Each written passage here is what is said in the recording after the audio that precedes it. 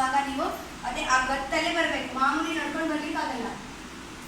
ಆಯ್ತು ಸರಿ ಮಾಡ್ತೀನಿ ಅಂತ ಅಂದ್ಲು ಅವಳು. ಏನ್ ಮಾಡ್ತೀನಿ ಅಂದ್ಲು? ಕೃಷ್ಣನನ್ನ ಸಾಯಿಸಿ ಬಾ ಅಂತ ಹೇಳ್ತಾನೆ ಕಂಸ ಅಲ್ವಾ. ಆಯ್ತು ಅಂತ ಹೇಳಿ ಹೊರಡ್ತಾಳೆ, ಹೋದ್ಲು. ರಾಕ್ಷಸಿ ಹೇಗ್ ನಡ್ಕೊಂಡು ಹೋಗ್ತಾಳೆ? ಹಿಂಗ್ ಹಿಂಗ್ ಹೋಗ್ಬೇಕು, ಹೇಗೇಗೋ ಇಡ್ಬೇಕು, ಹೆಜ್ಜೆ ಚಂದ ಇಟ್ಕೊಂಡು ಹಿಂಗ್ ಹೋಗ್ಬಾರ್ದು. ಅವಳಿಗೆ ಅನ್ಸುತ್ತೆ, ಓ ಈ ರೂಪದಲ್ಲಿ ಹೋದ್ರೆ ಆಗಲ್ಲ, ತನ್ನ ರೂಪವನ್ನ ಚೇಂಜ್ ಮಾಡ್ತಿದ್ದಾಳೆ.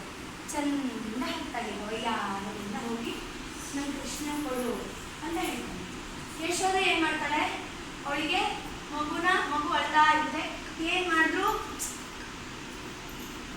ಏನ್ ಮಾಡ್ಬೇಕು ಗೊತ್ತಾಗ್ತಾ ಇಲ್ಲ ಅವಳಿಗೆ. ಸುಮ್ಮನೆ ಇರ್ತಾನೆ ಇಲ್ಲ ಕೃಷ್ಣ, ಅಳ್ತಾ ಇದ್ದಾನೆ. ಅವಾಗ ಇವಳು ಬಂದು ನನ್ಗೆ ಕೊಡು ಅಂತ ಕೇಳ್ತಾಳಲ್ಲ, ಇವಳು ಕೊಟ್ಟೆ ಬಿಡ್ತಾಳೆ ಕೃಷ್ಣನಿಗೆ.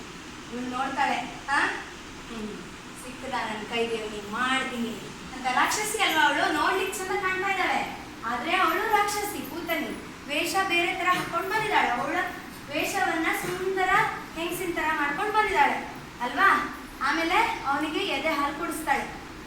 ಅಲ್ಲಿ ಏನ್ ಹೇಳಿ, ಕೂತನಿ ರಾಕ್ಷಸಿ ಆಗಿದ್ರು ಕೂಡ ಅವಳು ಪರಮಾತ್ಮನ ತಾಯಿಯ ಜಾಗಕ್ಕೆ ಹೋಗ್ತಾಳೆ, ಕೃಷ್ಣನ ತಾಯಿಯ ಜಾಗಕ್ಕೆ ಹೋಗ್ತಾಳೆ. ಅವಳಿಗೆ ಮೋಕ್ಷ ಸಿಗುತ್ತೆ ಕೂತನಿಗೆ. ಯಾಕೆ?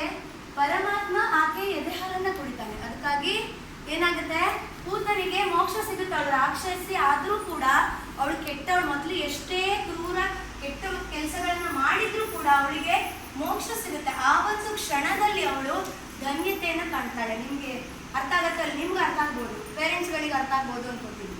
ಏನ್ ಹೇಳಿ, ಕೂತನಿ ಆ ಧನ್ಯತೆಯನ್ನ ಅನ್ಕೋತಾಳೆ. ಎಷ್ಟೇ ಅವಳಿಗೆ ಕೆಟ್ಟ ಗುಣ ಅವಳಲ್ಲಿ ಇದ್ರೂ ಕೂಡ ಅವಳು ಒಂದ್ಸಲ ಶಾಂತ ಆಗ್ತಾಳೆ. ಆಮೇಲೆ ಏನು ಬಿಡ್ತಾನೆ ಇಲ್ಲ ಅವನು.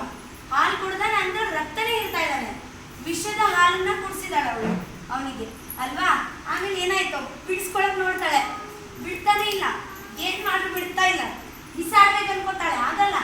ಗಟ್ಟಿಗೆ ಏನ್ ಮಾಡ್ತಾ ಇದ್ದಾನೆ, ಅವಳ ರಕ್ತವನ್ನೇ ಇರ್ಲಿಕ್ಕೆ ಶುರು ಮಾಡ್ದಂಗೆ ಅನಿಸ್ತಾ ಇದೆ ಅವಳಿಗೆ ಅಲ್ವಾ.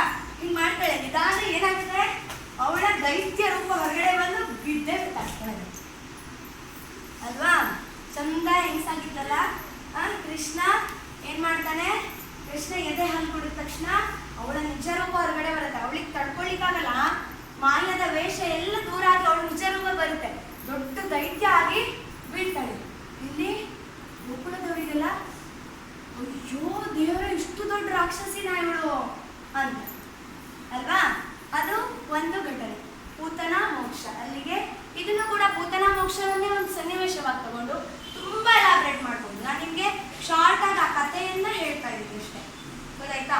ಇಲ್ಲೂ ಕೂಡ ಪೂತನಿಯಲ್ಲಿ ಆಗುವಂತಹ ಏನು ಮನಸ್ಸಿನಲ್ಲಿ ಆಗುವಂತಹ ಭಾವನೆಗಳನ್ನ ಸೂಕ್ಷ್ಮವಾಗಿ ತೋರಿಸಲಿಕ್ಕೆ ತುಂಬಾ ಅವಕಾಶ ಇದೆ. ಪೂತನ ಮೋಕ್ಷ ಅದೇ ಟಾಪಿಕ್ ಇಟ್ಕೊಂಡು ಕೂಡ